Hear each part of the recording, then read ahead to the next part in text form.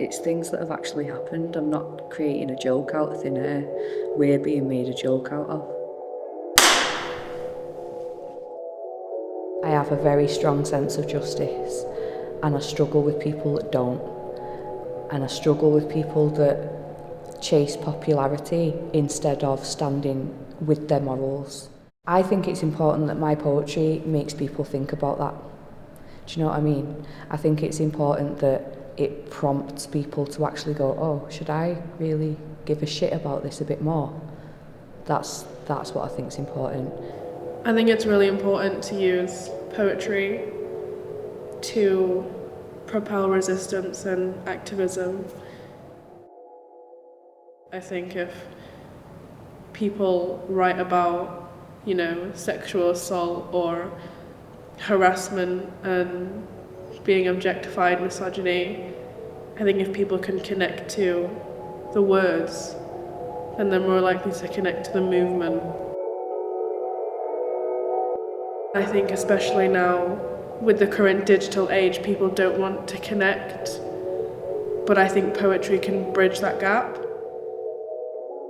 Hearing things that are more tailored to activism, more tailored to political change, I think is far more fascinating for me to listen to. People tend to listen to me more when I talk through poetry. I think it can be really easily done to be painted as an angry feminist, where you're just shouting. It's devastating to see how they behave, and I'm articulating in the best way that men ain't shit. Some of my poetry is definitely what I would consider activism, but that's more just because I really talk my shit. I talk about my feelings, and my feelings tend to be very left and very anarchist. Specifically chose shadow banned Palestinian artists to accompany my work, which meant a great deal to me. I wanted their voice through their music to be heard. I would not have performed my poetry alongside anybody that is pro-Israel at all. I've got one eye on the patriarchy and one eye on what you're watching. You should be looking at Palestine. What's going on is monstrous, but instead you're watching TikToks with one hand down your boxers doing nothing. Sweet fuck all. Spoken word in any sort of format, whether it's poetry or singing or rapping or just reading literature, is kind of the best way that you can express an opinion and change someone's opinion.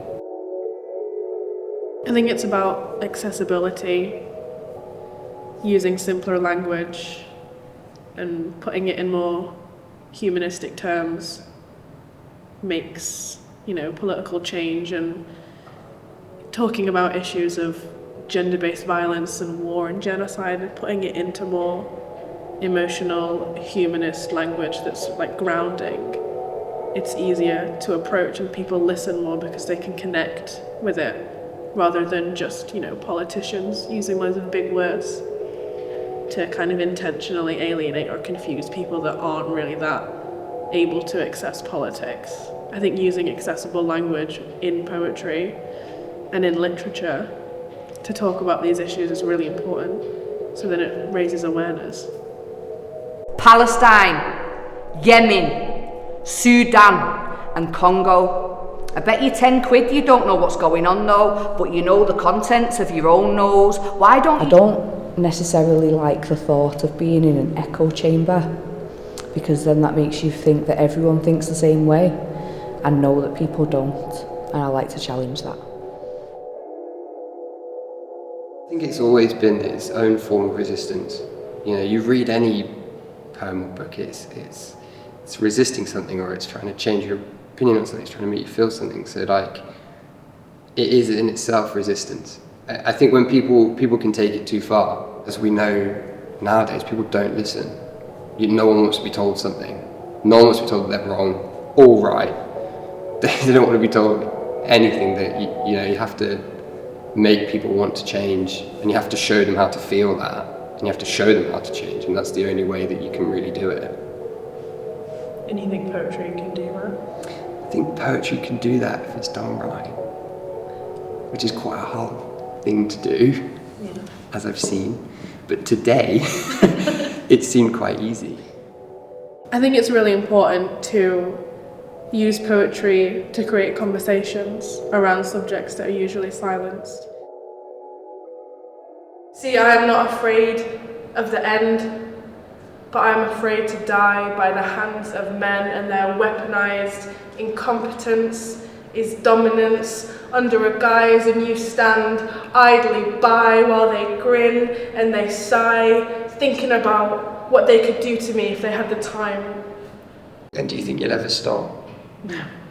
No, I'm never going to stop. Never going to stop poem poetry, and I'm never going to stop using it as a tool for change. Put down your phones and help your neighbours. Give graces. That brew that you're sipping on wouldn't exist if it wasn't for Indian and Chinese faces. It's blatant. You're complacent. Your ignorance is blaming the wrong people with misdirected hatred. Have you looked around? The world's on fire lately. The rug's come up to an outpouring of racists. There's men dying at the hands of rapists. Trans rights are being stripped away. Children are dying, mining for the cobalt in your iPhone, and the billionaires are celebrating. Here's the red pill. It's hard to swallow, but take it.